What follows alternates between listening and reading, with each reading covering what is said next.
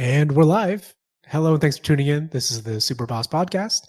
I'm one of your hosts, Luke, joined by my two co-hosts, Harrison and Ian. If you're a returning listener, thanks for coming back. All you new listeners, the way this works, three of us are a bunch of nerds, and we just talk about nerd stuff. So specifically on this episode, we're talking about the new Batman film that just came out. So they're going to be spoilers.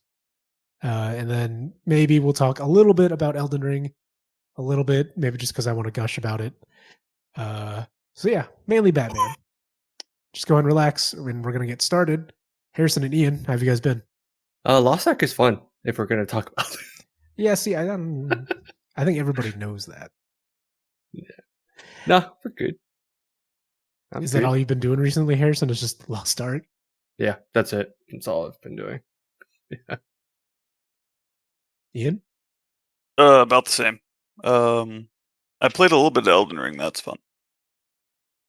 But he's been surprisingly been on Lost Ark way more. Is Lost Ark the new game for you guys now? I've slowed down on it now. I think I'm at a part where it's just like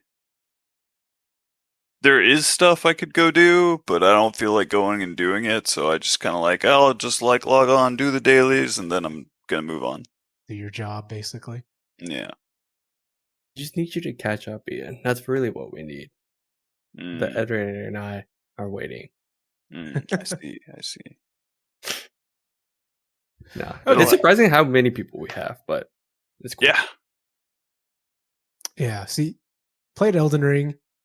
Sorry, played Lost Ark. Elden Ring came out. Played Elden Ring. So, as did everyone else. There's the level of I know what's going on in Elden Ring, and then I'm like completely under it now. So, what I am on the level about is Batman, because I think we've all seen it at this point. Yep. And confirm. Yes. Harrison is the Batman fan. Batman fanatic. So we're going to get to him last, because I want him to stew and suffer as Ian and I just pick apart why the movie was just the worst Batman film probably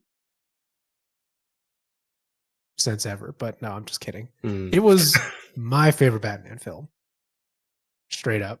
I think it's better than all the others, mainly because there's like 3 points, I think, that I really liked about it.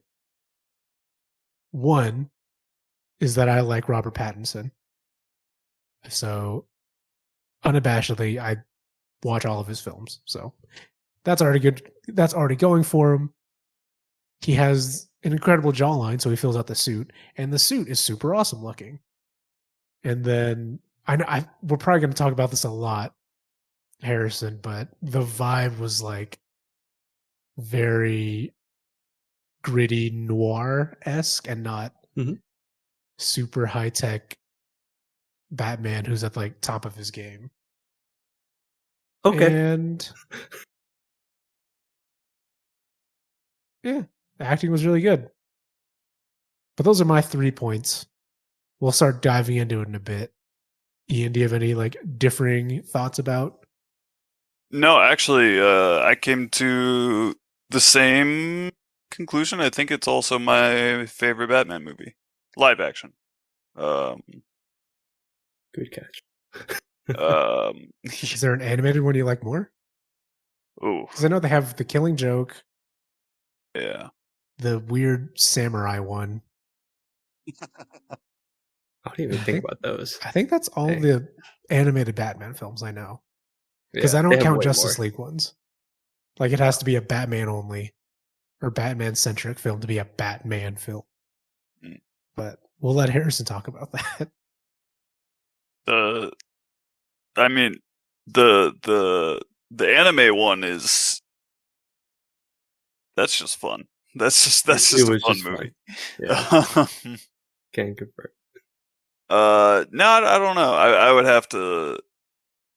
have to take like an hour to think about if there's an animated one I like more. But yeah, this one was really good. It had really good mood.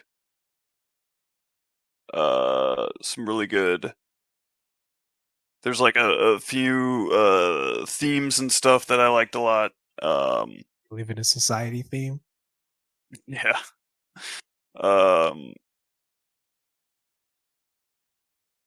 Yeah.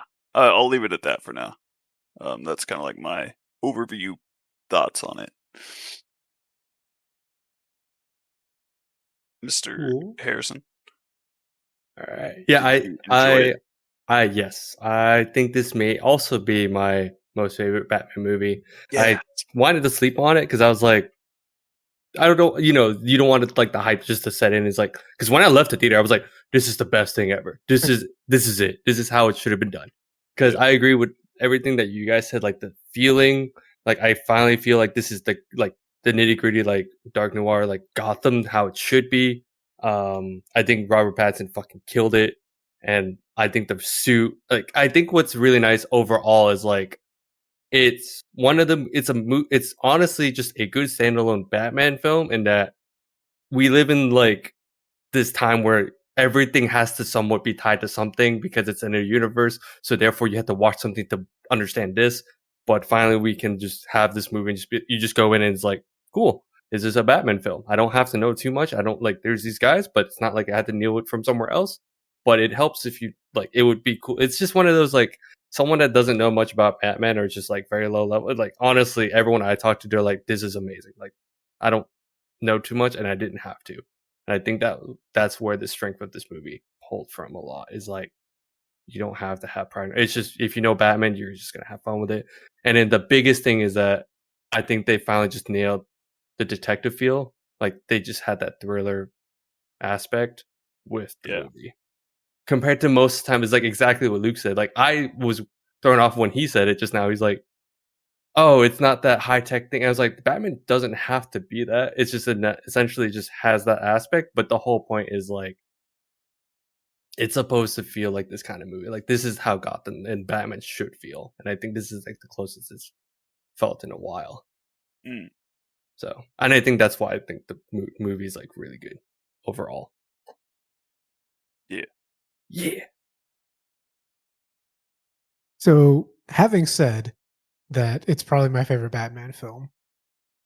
I'm going to get onto one of my big gripes now with the film, and I think part of it does come from the fact that I don't really know Batman that well as like a series or a character, but I think there were way too many characters in that movie. And they're like in the middle part, there's the mid part where it may have been after Selena comes back from the club and they're dealing with like the revelations they found in the club, but I got lost with so many names. And like part of it is I don't know these characters very well. And maybe my attention span just isn't really there, but you have Robert Pattinson, so you have Batman, Alfred. I'm just going to name all these named characters and you're trying to keep track of them. Batman, Alfred, Selena / Catwoman, her friend Anika, I think. You had Gordon, the Commissioner. You had the Riddler. You had Falcone, Maroni, the Penguin, the Riddler. And then you had like 3 or 4 other characters who were just like, they've been name dropped because they're relevant to the whole crooked cop backstory. There was just so much to keep track of. And a lot of it, I don't even know if was really relevant. Because as much as I liked Selena / Catwoman, I don't think she really brought much to the film as a whole. And she probably could have been cut.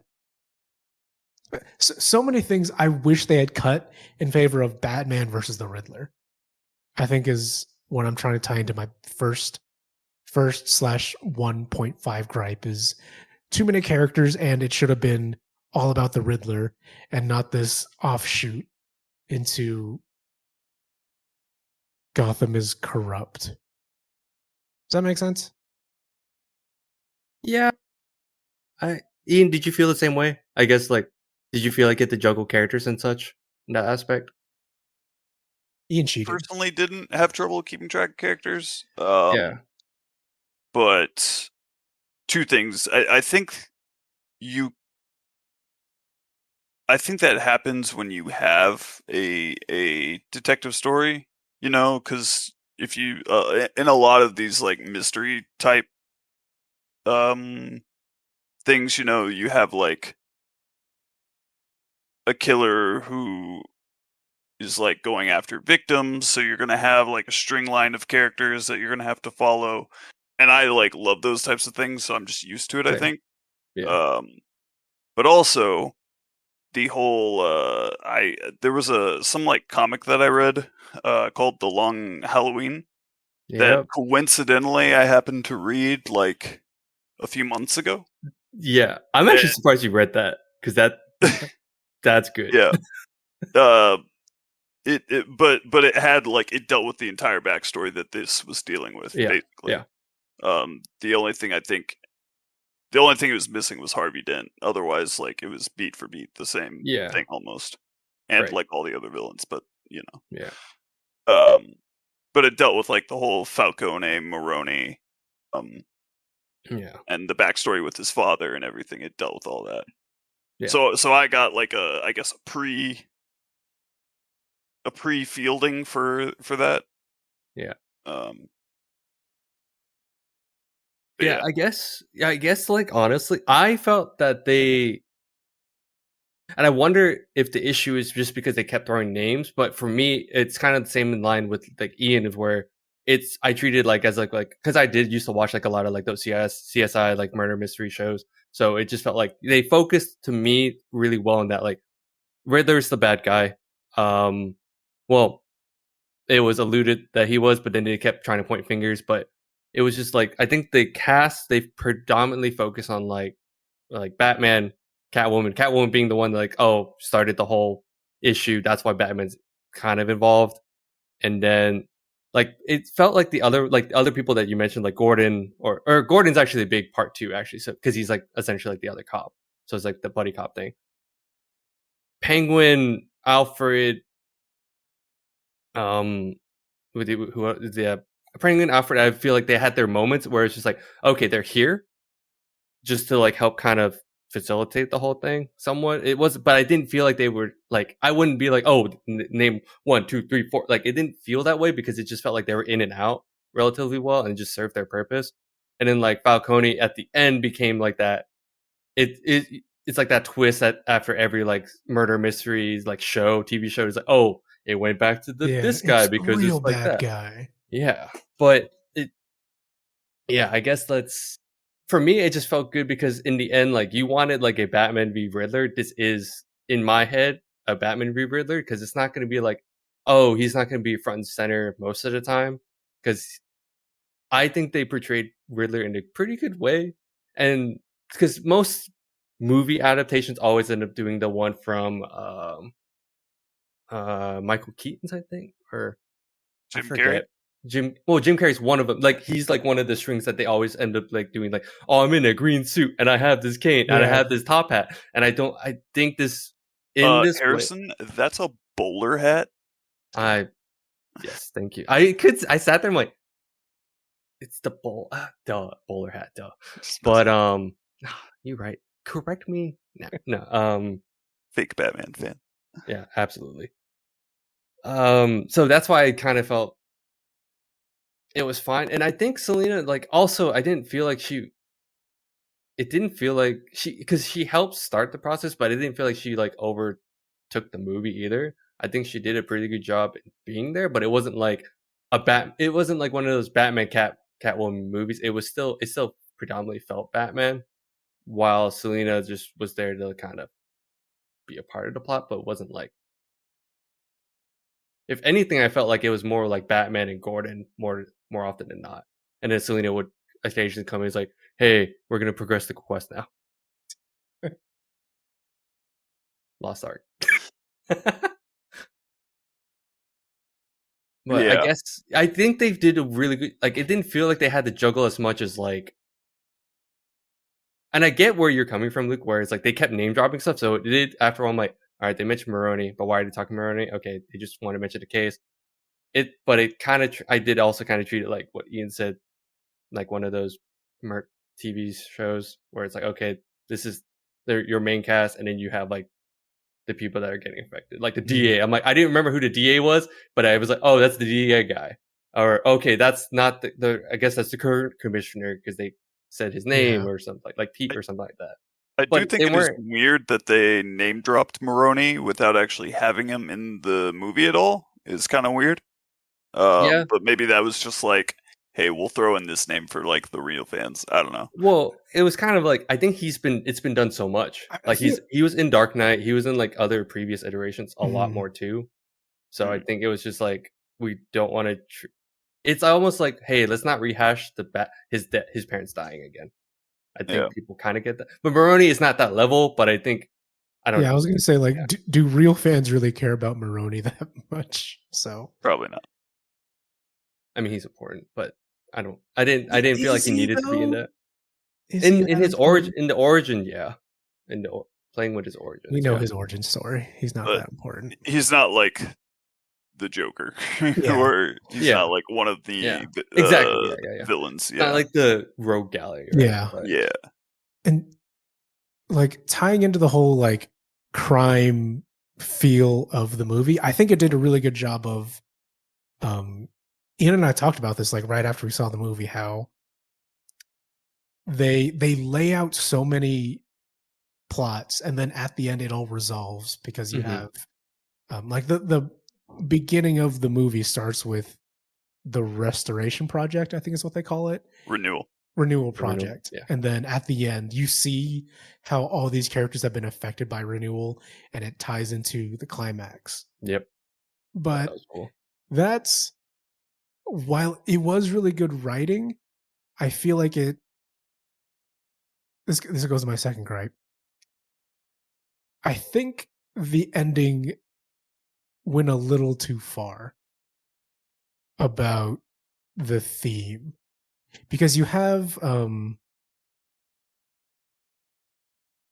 think the Joker's his plan, his reason for doing what he was doing, basically was like. You mean Riddler? Sorry, what did I say? You said Joker. Just want to make sure. Joker's in there. Yeah. That's what I was like. Like, see, the Riddler, I think, does a really good job of. I've been personally affected by the renewal project, and I'm going to take revenge. And then at the end, he takes it a step further and kind of becomes a Joker light because it becomes more than the renewal project was bad, but it was society is bad because look at all these corrupt people. And because society is bad, I'm going to have my like cringe podcast / cringe live stream, pull in these fringe elements. And then it's cringe because it's IRL. Well, and then it's like, I could have understood them stopping at, I have my cult following. We're going to assassinate the mayor because society is bad. But it's beyond that. It's we're going to assassinate the mayor and then blow up the city. I was like, okay, whoa. That's where that to me. It's more of a purge than like blow up. It was like purging out people is what I think. Well, because they blew the seawall. Mm-hmm. So they're not blowing up the city, but it was a level to me that I think steps outside of what Riddler is known for. And I don't know very much about the Riddler, but I feel like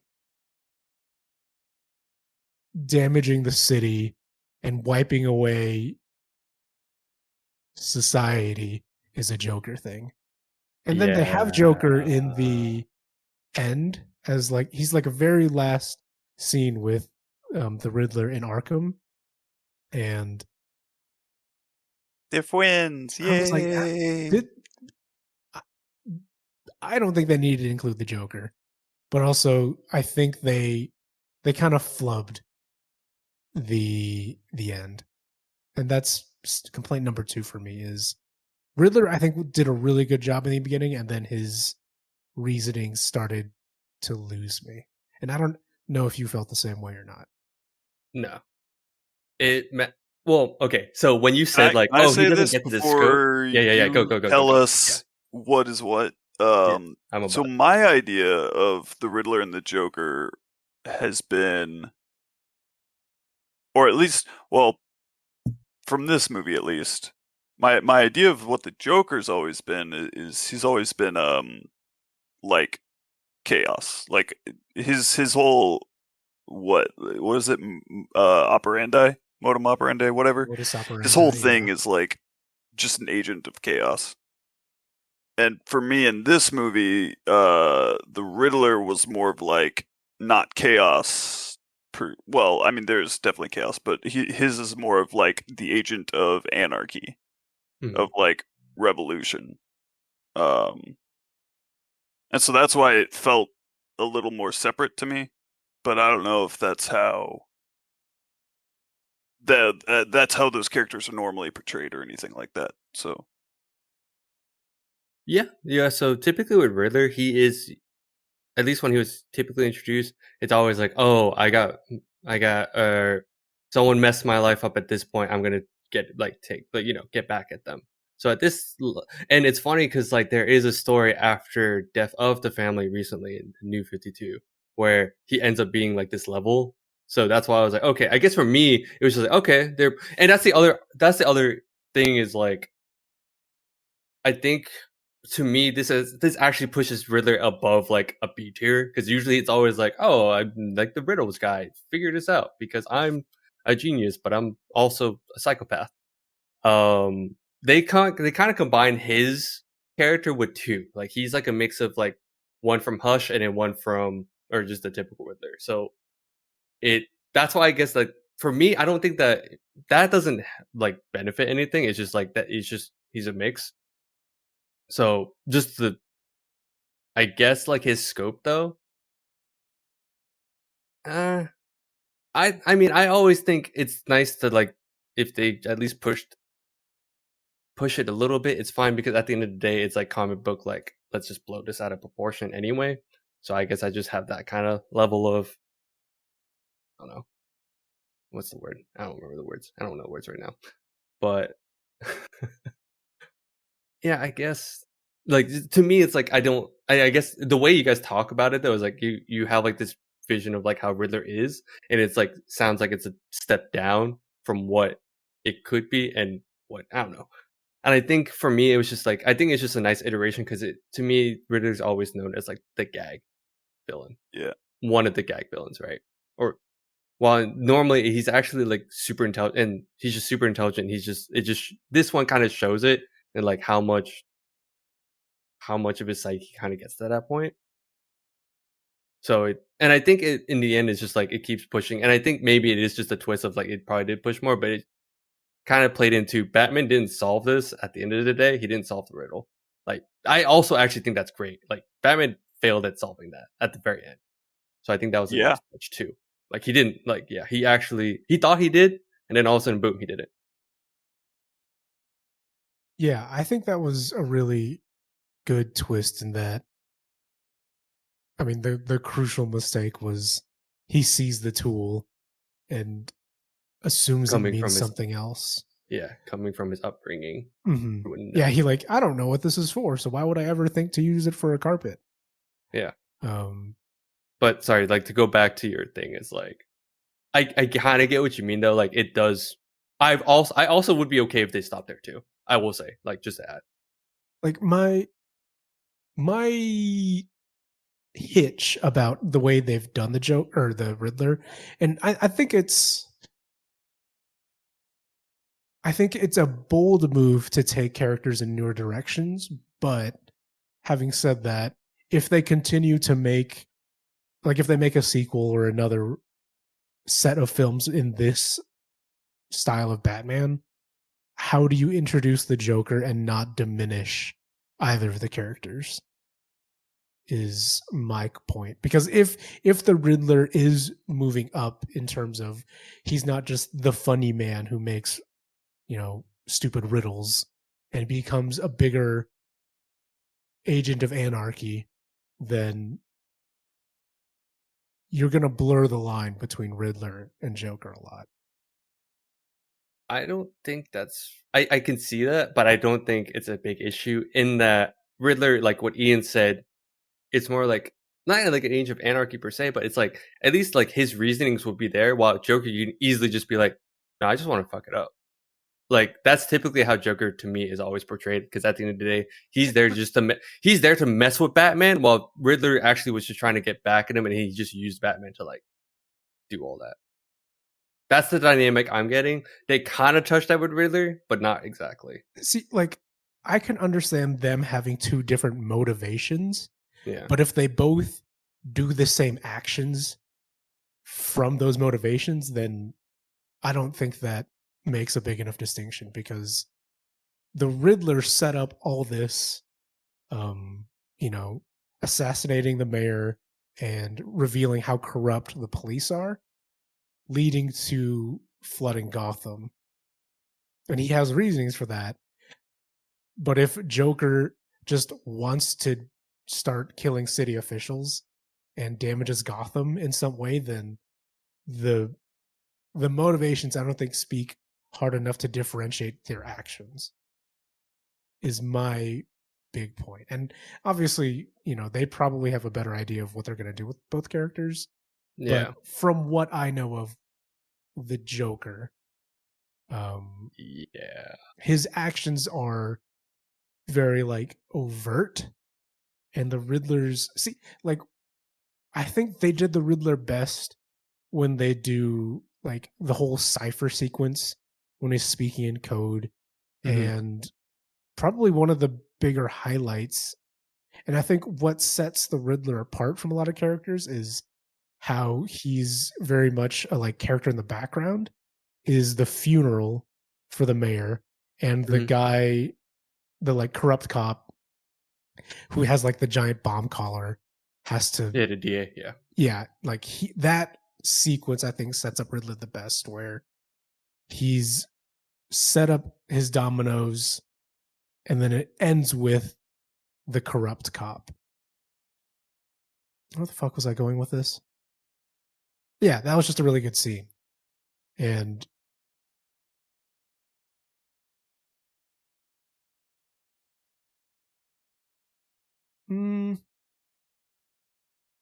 I was gonna say that feeling of the Riddler was behind that sequence of the crash in the funeral felt a little different than the Riddler's ending, where I've manipulated all these fringe elements and they're enacting shooting. I can't explain right now why it feels different, but that felt different. No, it is different though. I mean, it is different. Oh yeah, it's different, but Are you trying to say different bad? Is that what you're trying to get at? No. I think what I'm trying to say is the Riddler deliberately set up the events of the funeral crashing and is still in control. And then when it's at the end and he has his followers commit a shooting, it's like one step divorced of the Riddler still being in control. Because now it's not the Riddler doing these things, it's people believing in the Riddler doing these things. That felt off. And I think it all leads into the third act was a change in tone.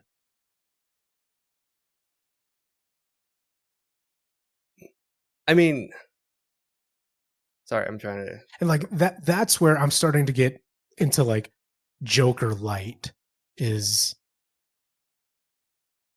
people who believe in the villain instead are acting on the villain's beliefs instead of the villain themselves. I guess which Joker are you pulling that as, like a Heath Ledger one, or like, because I don't get that vibe from. Like, I mean, Heath Ledger. You can do Joaquin Phoenix. Oh yeah, Joaquin Phoenix has had that moment. Yeah, so it does mirror that. Yes. Yeah, and that's to say, I don't know a lot of comic book Joker too much because, I mean, like I have Hush, but Hush isn't Joker, right? Yeah, it's not. Yeah, it's not Joker. Yeah. So I don't know how he really works, like in general. Yeah, that's why I was like, it's more because to me, it's just like, at least in this interpretation of Riddler, and I feel like we're staying on this a bit longer, but yeah, we can jump after this. But I think Riddler is a lot more calculating than you think, but then Joker is more chaotic than you're thinking too. Because the two movies make it seem like he's more idealistic in a sense, when in reality, it's really, I'm telling you, it's just, he's just doing it to fuck with Batman. Like, his goal would be just to fuck with Batman. He does not care what the city did. He's just going to use that. Mm-hmm. While, like, Riddler is getting back at the city somehow, right?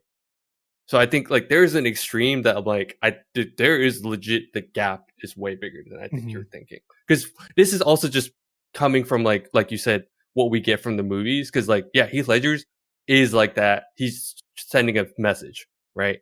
That's almost like that. So I'm like, okay, yeah, the Riddler is closer to that version. But, yeah. And then Joaquin, I have not seen the Joker movie, but I know what scene you're talking about. Really? Yeah, no, it's been on my list, and I guess, like, I just haven't, like, I heard it's really good, but I just haven't gotten to it. But I know the scene you're talking about is, like, when, like, a bunch of people, like, start, like, they start idolizing and dressing up like. Yeah, it's after he shoots the guy. I don't remember his name. Like, I knew that. I think that's the thing too. Yeah, I think that got spoiled for me. I'm like, all right, cool. I know how that works, which I'm like, damn, that's a bummer. Yeah, it was. But I guess for me, it's just more like, I think there's a chance for it to, like, there's a wider gap for, like, how much chaotic stuff they can do. But it also, to me, shows that, honestly, this is also a good example of, like, Batman's rogue gallery is mainly, like, psychotic, like, psychopaths, to where, like, it's kind of funny how at the end they're like, quote unquote, we're friends now, ha ha ha ha, because you're all psychos. And I mean, it's actually funny because in Hush, Riddler and Joker actually do team up at that point too. Oh, yeah, it's like really quick, but like, I do want to add to, like, you mentioned Long Halloween, you mentioned Hush, like, that's where, like, a lot of this stuff pulls from too. Yeah. Like, if you read it, you're like, oh yeah, this alludes to a lot of that. But then I think the coolest thing is the director, Matt Reese, actually pulled a lot from, like, the game, like the Telltale game.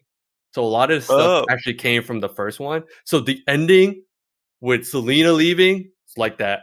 Joker gets teased at the end, just like that. With Riddler, it's just, like, a lot of stuff, like, gets pulled, and even, like, the armor, he said, like, it pulled a lot of inspiration from the Telltale armor, which I think was really good because it just looks so it's good. The best looking it's suit. The best looking, yes. And you mentioned the jawline. I'm like, yes, because he fills out the mask perfectly. Yeah, agreed. I remember seeing it the first time. I was like, damn, I have chills. Like, the way they handle Batman, I think, is, we talked about this after the movie. Like, the presence of Batman is just, it feels different, and it feels more, you don't get the, like, heroic Batman. You have the, like, the horror that stalks Gotham. Because, like, the very first scene when they introduce him, you have, like, you have the gang harassing that old guy from the train. Yeah. And then, like, they give Batman footsteps. In all all the recent Batman films, it's always he just appears or he flies in. But, like, you hear deliberately, like, footsteps, and they sound so, and maybe it's just because we were in the theater, but he steps out of the shadows, and you're just like, okay. And they I put it to dig this. And you're like, oh, my such God. a good theme. The theme's so good in this, and every time it came up, I'm like, I have chills. This is too good. Oh my gosh. That intro, the first intro of Batman with that theme, and then the fucking car chase. Yeah. So good. Oh my gosh. Can we go back to what you said about like how he comes in? I think this is also the best way to portray Batman, because most of the time you're right, it's heroics. Like he fly. If you look at older like movies, he always like glides in or flies in. Like it just looks, heroic. Like you said, even like the Batfleck one got close to. It was heading towards the direction, but not enough to where it's because he was. Remember how he's just like, I'm in the corner in like his movie, but then most of the time he's like swinging in and all. I was like, this is like the best portrayal of like how Batman actually uses fear. Because everyone like is like scared of the shadows, and I think that's so good. I think that's what adds it up. It feels, and I keep trying to think of like what it felt like, and it felt like me watching like the animated series cartoon, where every time Batman would like appear out of like he would actually like just shift out of the shadows, and I do like how like he just randomly just Batman ass shit. Yeah, like, he just leaves. But when he does walk in, like even like at the DA when he was like. When the police were outside and DA had like the collar, he just walked in, and I was like, I was like, there's like, what is he doing here? Yeah, like there's a presence that he has that the other Batmen don't have. Yeah, because even when they go to the old mayor's house and they're investigating, you get the POV shot of him walking through the police and like, it's good. And like I can't talk enough about the suit. It feels so much more. It feels more like a superhero suit, but it's also like this weird cobbled piece. Because you can see like there's exposed like padding, but then especially on the like chest and shoulders, there's like the metal plate, and the way the cape like outlines his shoulders. Whew.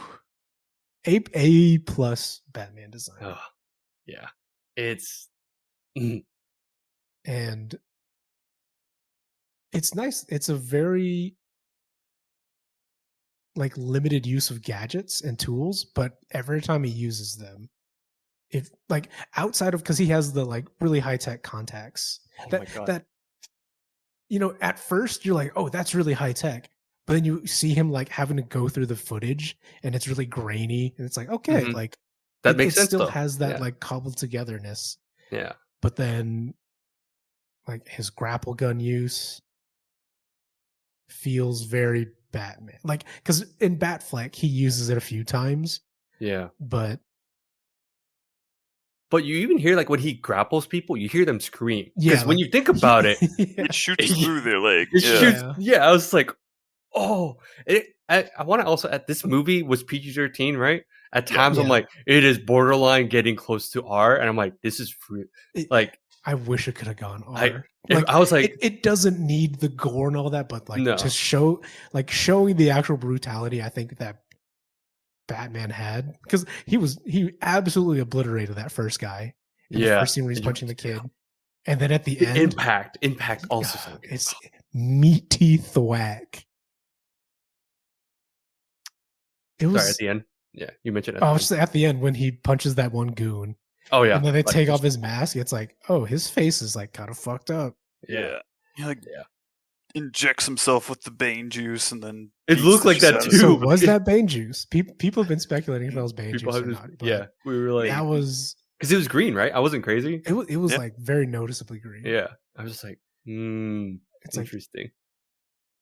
Because it was such a good scene, because like you could tell he was out of it, like point blank shotgun blast. He's like, last resort.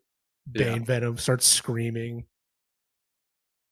Beautiful. I was gonna say the other scene is the one time you actually see him fly. Was a really cool reveal, because like he's doing the zip up and he's like, okay, how is he getting out of this? And he has a wingsuit. And then he like completely fucks up the landing. Yep. I was like, yeah, that's like year 2 Batman style. Yeah. I love that there's little touches that they're like, yes, this is year 2 Batman. Because there's moments when he actually just messes up or makes mistakes. And I think that's great. And I mean, that also ties into the end where he couldn't fully, like, it was interesting, like, he couldn't fully figure out the big picture thing, right? But every time it was like the quick, like, hey, this riddle, I know it. Yeah. But then at the end, he's like, you didn't know it. So yeah, because even the whole like his revelation at the end is Because they even throw it in his face like, you're not supposed to be a symbol of vengeance. Like, Yeah. You need to be a symbol of hope for the city. It's like, okay, that's fair. I get it. Yeah. Which is an interesting take, but I was like, okay, I guess we're going here anyway. That's fine. I mean, it is fine. I just didn't expect it to happen that fast. The reveal that Batman gets a blue ring. He gets a Blue Lantern ring. Instead of, they gave him a yellow ring? Instead of the yellow? Yeah, instead of the yellow. Yeah. Confirmed. You heard it here first. He's a Blue Lantern Corps member. Damn. Hot take. That'd be so funny. Hot take from the one Green Lantern fan.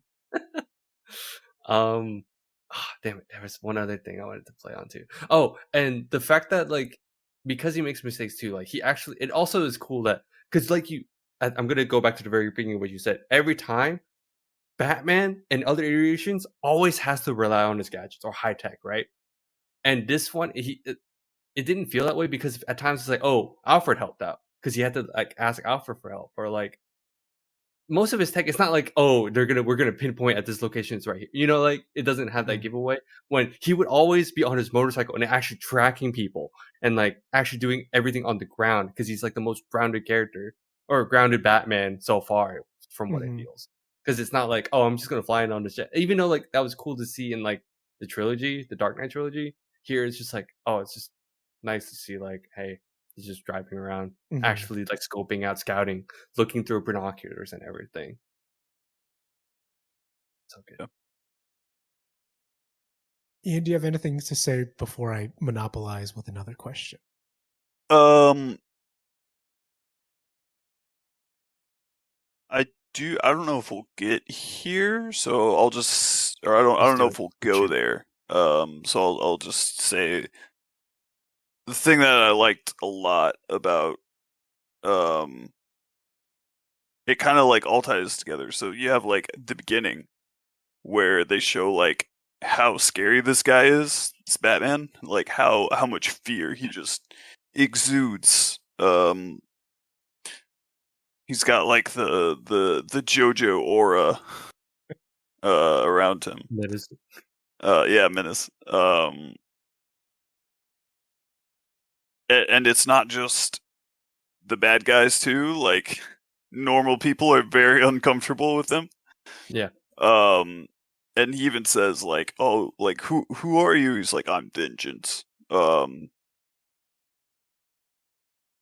And you see like how much brutality he's like okay with, and then they really like turn up the dial when it's like desperation mode, and he has to save Selina. And he's like beats this guy's face to mashed potatoes.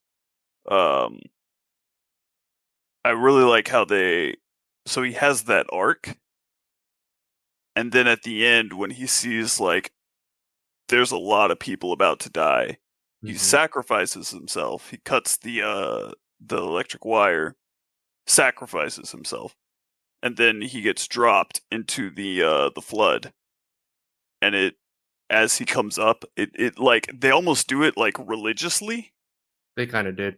Yeah. Where he's like, so he gets baptized by the water. He's cleansed. He's washed away, and then he comes up, and then he lights the flare and becomes like the symbol of hope for people and leads them out of the flood. That was really cool. I liked that, like they built that up so well and then like turned it. I will say I kind of agree with you, Harrison. It did happen really fast, where he was like, "I'm now a symbol of hope." I'm now, yeah. You know, that's not something you like come to. You don't just come to that like right away in 5 minutes, right? Yeah, I will add to that. I will add to that. It's really cool that after that happens, once he starts saving the people under the rubble, the first person he saves is the kid, and the kid is technically like him saving himself for the first time. And then the mayor's like, "Oh, finally, someone that actually accepts him, like in that level of like government or whatever the hell." But like, you know, it's like slowly getting like the trust of people at that point. So it is that full arc. But I just, when he saved the kid first, I was like, it's because he has to save himself at the end. Because he's because it was so interesting to see like throughout the movie, he would dead focus on the kid for like minutes, from what it felt like. And I'm like, he's just himself staring at that boy. Like, the kid was like, okay. But speaking on that though, they have like that's a really cool like trifecta they have because they have the parallel with he sees himself in the kid, and he doesn't want to see himself in the Riddler, but he is. Yeah, like the Riddler is even like, we're the same, and he's like, I'm nothing like you. Because at the beginning, Riddler, that was the thing, I didn't realize it was. I mean, I did after you see him, but the Riddler's looking through the glass, his binoculars, and then Batman does the same thing later down the line, and it's just, what's the difference? Nothing. They do the same thing. And they drive that point home with like one of the Riddler's goons who says like the same line that he said from the beginning of the movie. At the end. It's just like really nice. It's just very clean. The whole like arc is very clean. Yeah. That's all I wanted to talk about. No, I think that's fair. It's I think a more grounded look at Batman as a character. And they did a really good job of showing like Batman is kind of on this like knife's edge of if he's good or not. Can I also add really quick? I know you have. No, go ahead. Just really quick, like because we're talking about like how Batman is conveyed. I know my fiance, she's gonna watch it tomorrow or after this recording. But she asked like, because I was like, I think this is my favorite Batman. She's like, how's the Bruce Wayne? And I'm like, that's really hard to answer because it's year 2 Bruce Wayne in my opinion. Like it's because he's not the billionaire playboy, right? That everyone always associates him with. He's like not even a philanthropist. Yeah, he's not even a philanthropist. He's basically still mourning. Yeah, he's still very much so. But I also want to I think it's just cool though because if you notice the club that gag when they always meet the twins. The gag though, I think at first I was like, oh, that's funny, but then like actually thinking about it, and because I think one of my friends made that point, he's like, did you notice how each time he appeared though is how he handles situations normally as the Batman. And like first one, he came in as the Batman. Second time, he used Bruce Wayne to get in, and he got in like because of his status. But then the last one was he's not Batman, but he's still doing stealth like actions, and he still gets it. It's just he's like that's actually like just how Batman operates. Period.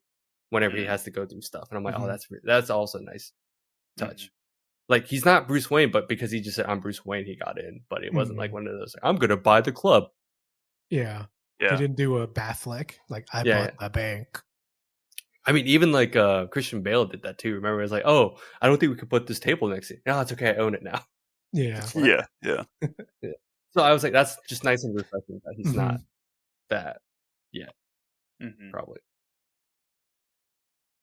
So now we're just getting into like completely speculative, but I think it's on everybody's minds. Is we've talked about, his villain gallery and how this was like year 2 Batman. Do you want to see a sequel to this? Because we said like this is a really good standalone Batman. So this is going to be like 4 questions. So I'll be like, do we want to see a sequel first of all? I would like to see more of the world. Yeah. Same. Yeah, and I would too. I was going to say on top of that. I even think like, I think during like the press tour, Matt Reeves was asked about villains. He was like, I really want to do Mr. Freeze next. He's like, okay, sure. Like, I think I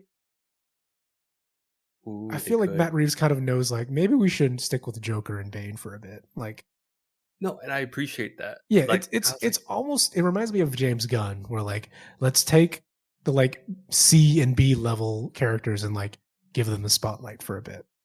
Yeah. Oh, if he does that, because he feels like, because everyone always joke, or the meme was always like at the time, it's like, Zack Snyder was like a huge fan, just to realize, he's a huge fan of like a subset of like comics, and that's why he liked that kind of style. But like at least with Matt Reeves, like the way he's like portrayed certain things, it does kind of show a bit more how how you can do it right, where you like, oh, I'm a fan, like this is how like a movie is done, but for fans, you will pick up on this. Mm-hmm. And I'm like, his portrayal of like how certain things played out in here, I'm like, this is really good. So if he does Mr. Freeze, I feel like he'll get that same level as like the animated series Freeze, where it's like, oh, you feel it's not like he's just there to make Arnold Schwarzenegger like freeze jokes, freeze puns, but it'll show like his actual background. In one comic book line, Batman basically helps Freeze with his wife, and that's like that's the end of the character arc. Is Freeze isn't a bad guy. Yeah, but I guess a two-parter is like, do you think they should stay in this like noir detective feel, and like we don't get a like endgame Batman where he's super high tech, he's got all of his gadgets, and he knows everything? Like, because at some point, if we keep getting Batman films, I feel like people like I'm perfectly fine with staying in this like, give me Batman for the next 2 years, like his next 2 years where he's still learning and growing.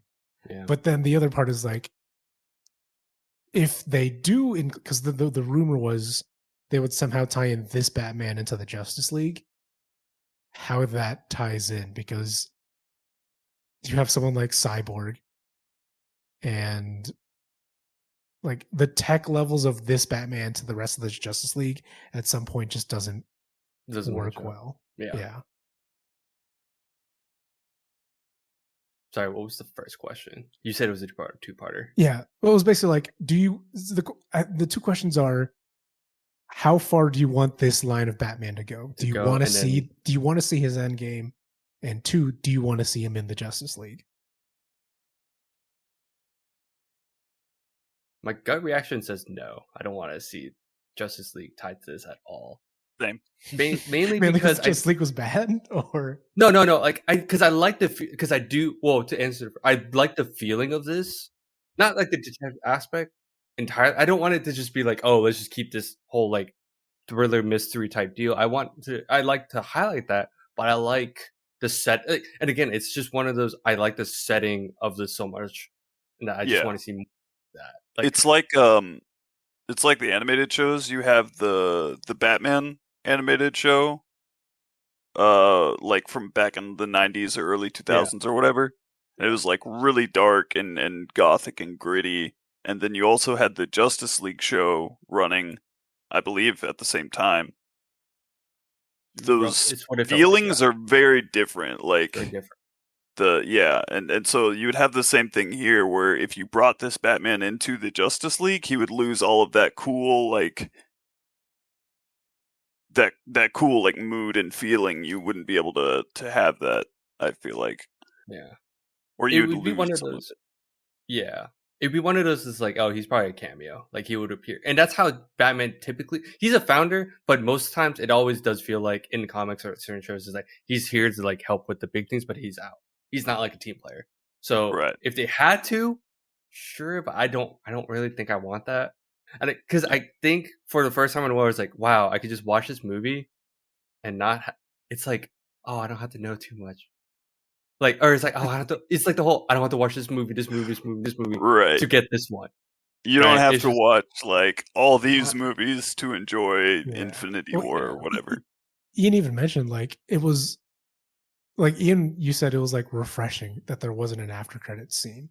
Yeah, that was something. I was like, no after credits scene. We don't have like in all honesty, we don't have to do. And there was one, but it was an after credits scene, but it wasn't even. Yeah. Have you guys gone to the website? No. Did somebody actually do it? I need to look into it, but I know people. I think someone's figured it out. I'm sure, but it's like you are answering riddles. Trying to like, keep it going. See, I had a feeling, but I was like, I just thought I was like, all right, I'm gonna go home. It's late. Yeah, I just you know, I did like low eyes. It was very just like it was. There's no like we're setting up. I could like there wasn't. I had joked like because the city floods. I was half expecting Aquaman to show up and be like, all right, let Aquaman take care of this. There's none of that. It was just. here's the credits, here's a very, very brief thing, and get out. Yeah. If anything, like the end credit, the would-be end credit was at the end of the movie, like with Riddler and Joker. That was like the thing that I was like, okay, that would be the end credit, but I'm glad it wasn't. Like we didn't have to.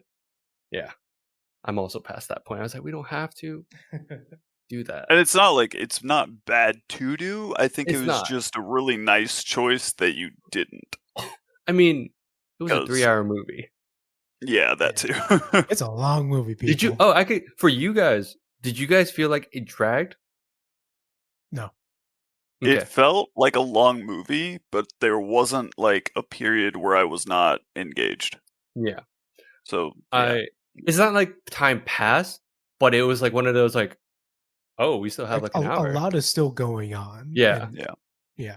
Which is, but that's really good pacing to not feel tired after 3 hours. Yeah. And I was gonna say, like, for you, Luke, like, I know you mentioned like the amount of characters.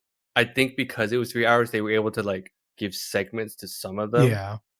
It was a lot for name joke. Like, cause I still agree with you. Like, there are times I'm like, they said this name. Is that important? I don't think so. I think they meant DA. Like, even like the commissioner, it wasn't Gordon, but like, you know, his boss or whatever dies. And I'm like, okay, I guess that's just a death. Gordon's not the commissioner, right? He's just detective right now. Or detective or captain or something. Yeah, I don't know. Yeah. And that was the other thing. I'm like, I think they kept changing the title too because people die. And I'm like, or maybe I just couldn't keep up. I also couldn't keep up with that. I'm like, I think it's just Gordon. It's fine. That's all we need to know. Yeah. Yeah. I think, I don't know. I was trying to think about this. Like, if you cut out the Catwoman stuff, it might be like a more focused movie. I but guess what it's do you more lose if you cut her out? And yeah, I don't know. I think because she isn't like directly involved with the Riddler stuff at all. No, not really. But I think it kind of like it's an accessory. But that's why I was trying to say, like, it kind of pushes something a little bit around something. Like, I don't know. It makes the stakes more because she's invested. Right. Yeah.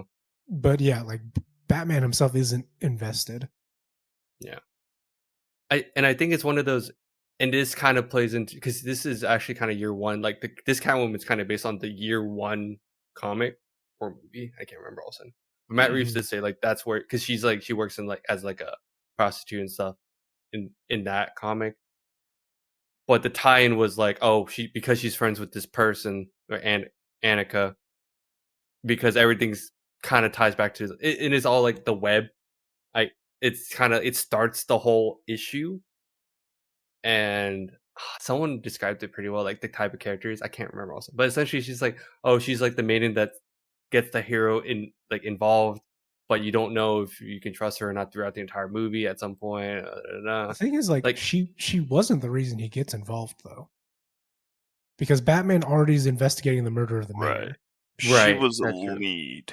She was a lead. Sorry, that's right. That's true. He noticed her in the club while he's already investigating the club. Yeah, because I will say, yeah, at that point though, this is where I agree with you guys, where it's like it probably could have been cut, but it's because it was involved, you had to have it. Was when I just thought I thought it was funny how like they're like, "Did you not call me? No, I thought you called me." Like with the bat signal, but it's because she did it. Oh yeah, yeah. And it was one of those like, all right, this is a loose end we have to actually address because this is a thing, right? Mm-hmm. Yeah. But I think also wonder it's because it is in the comics where in some iterations she's the illegitimate like heir to Falcone. Yeah. And because Falcone's involved, that's why okay, let's just go ahead and involve Catwoman. And it's very like. I think it is staying like true to the comic. Yeah. Yeah, but I mean, the more we talk about it, I'm like, actually, yeah, maybe she didn't need to be. Yeah, like the only thing that she, I think, adds to the plot overall, in that she is how Batman figures out how corrupt the police force is. Mm-hmm. But it is reasonable to assume he may have been able to find that out differently. But Like that's how they choose to reveal to Batman that the police force is corrupt, that's fair. But a lot of her emotional stake doesn't really work with the rest of the film. I could see that. That one I could see. But yeah, that's it. Still is like one of my complaints is.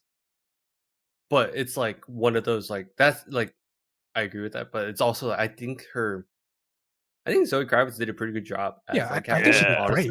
She did great as Catwoman. Yeah. So I think that's why I think if she didn't though, then I would be like it's. There's just like every actor or actress in the movie did a good job. Because if you look at the casting, it's kind of stacked.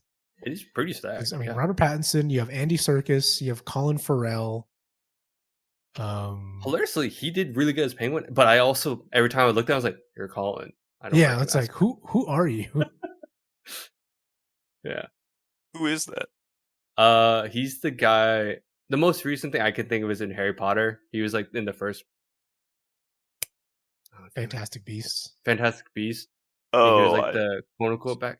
Oh, never mind. Dang. He's in other stuff. Like if you see him, you'll recognize him. I think that's the big thing. He's a little bit of a chameleon. Yeah. I think that's why it's kind of hard to place him sometimes. But he's a pretty big name. I think the other big one I remember was Total Recall. But okay. If I show you a picture, you'll recognize later. Mm-hmm. That's not a big deal. But yeah, everyone did. Even Andy Serkis was like, I think a lot of people were kind of surprised because it's Andy Serkis. But as Alfred, I was like, I believe this. I would believe this. This is very believable. Yeah. It was like really good. That's also like how he like. That was a cool moment too, because that's part of like how he figures out like how to differentiate himself from the Riddler, and like the Riddler is that they're both orphans who are outcasts and reclusive, and Alfred, the Bruce realizes like in the hospital when he's like, is there anyone I can call? And he's like, no, it's just me. It's like, oh, he's like the only one I have left, and I'm all he has left. Yeah, maybe I'm not as like disconnected from society and the world, and so. And then with that scene, I want to add also, I thought it was very good in that it also, because it dealt with like how Thomas Wayne dealt with the situation, because it was like, oh, here's the two sides of like, well, how it could have been. But I love that even though like I like how they don't have to like bash in your head like, oh yeah, his parents died in the alleyway, blah blah, all this stuff. But I do like how they left it ambiguous, where it's like, oh, Maroni, like Falcone was explaining, this is how they died, but then like, or like this, so this is why he died. It's like, oh, because he was messing with this. But then Alfred's like, no, because Falcone's a bad guy. He probably got the hit. But then he added, or we don't know. It could just have been some thug that just shot pulled the trigger too fast. And I was just like, I like how they left that ambiguity. I was just like, okay, that's really cool. Because then it's like, oh, Batman would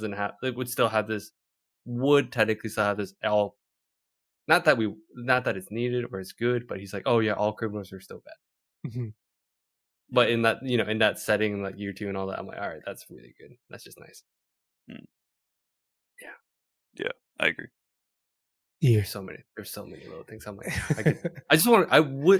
I guess for me, I would like to rewatch it just to like, probably get a better idea of like how I feel about the film. Cause I also want to rewatch the Dark Knight trilogy, or at least like the first one. I don't know. Like rewatching and just like. You mean Batman Begins or Dark Knight? Yes, like both. Okay, kind of. Like I feel like you can't. For me, it's like it's kind of weird that like you have to. I feel like you have to kind of watch all 3. Not that I like the third. I don't like the third one. You could skip the third. I still haven't seen that. It's okay. Dark Knight Rises, the Bane one. Yeah, the Bane one. It's okay. Like it's. I still think I think the Dark Knight is the best out of the 3. Still, no matter what. But if anything, I guess I kind of want to rewatch that just to like solidify how I feel. But I do at the end, like I woke up this morning, I'm like, I think this is still the best iteration. I think it is the best. Yeah. And I think it's more than just Batman. I think we keep saying it. It's the vibe. It's the feel. It's the world that Gotham has. Yeah. Yeah. Well packaged. Yeah. It's a really good Batman film. Conclusion. Keep talking, but I don't know how long. Yeah, man. At this point, we would just start talking in circles of. Yeah. Oh, we want to see this Batman do this. We want to see Court of Owls in film instead of the video game. Or what if that kid's gonna be Robin? Oh, that was like for a split second. I thought that, and I was like, no. We don't have to do that. We don't have that. We don't. But need we that could. Right, we could, but we don't need that. Technically, Bruce Wayne isn't that old. So if we skip like 10 years, we have a veteran Batman, and the kid would be like, I don't know, maybe like he'd like a teenager though, wouldn't he? Yeah. I guess Robin's a teenager. Yeah. I don't think we want the 12-year-old Robin. That's kind of annoying. I guess we haven't had that either. Or we do the time skip. We have the veteran Batman. The kid was Robin. Kid died. So now we have a different Robin.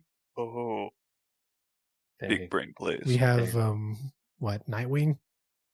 Yeah. Damn. Or, yeah, we're not. Yeah. Don't worry about it. Yeah, I'm not saying it's not going to be the first one. Like, we just have the second Robin as a Nightwing or something. Yeah. Damn. Yeah, we could just speculate all day and talk about Batman. Final review, though. Yeah, go see the movie, especially in the theaters if you can. The sound design really helps the movie, in my opinion. Yeah. Agreed. Great sound design, great set, great soundtrack, great acting. Yeah, it's all good. Okay. That's all I have to say. Same. Should we wrap up? Let's wrap up. All right. We're wrapping up. To everybody who listened today, thank you so much for your support. You can re-listen to it. I don't know. You can find our podcast on basically any podcast app. We're on YouTube if you want to look at our bedrooms, I guess. But it's SuperBoss Podcast. You can follow our Twitter, SuperBoss Pod. You can also, on Twitter, we have most of our engagement there when we just, suggestions, comments, critiques, all that good stuff. If you go to YouTube, that's the bedroom cut of the movie. That's the Patreon exclusive behind the scenes look. But yeah, appreciate your support, everybody. Yeah, thank you. You also enjoy Batman, or if you don't, you could yell at us. Give us that social media engagement that we all crave. All right, we're signing off. Thanks again, everybody. We'll see you next time. Bye-bye. Bye-bye.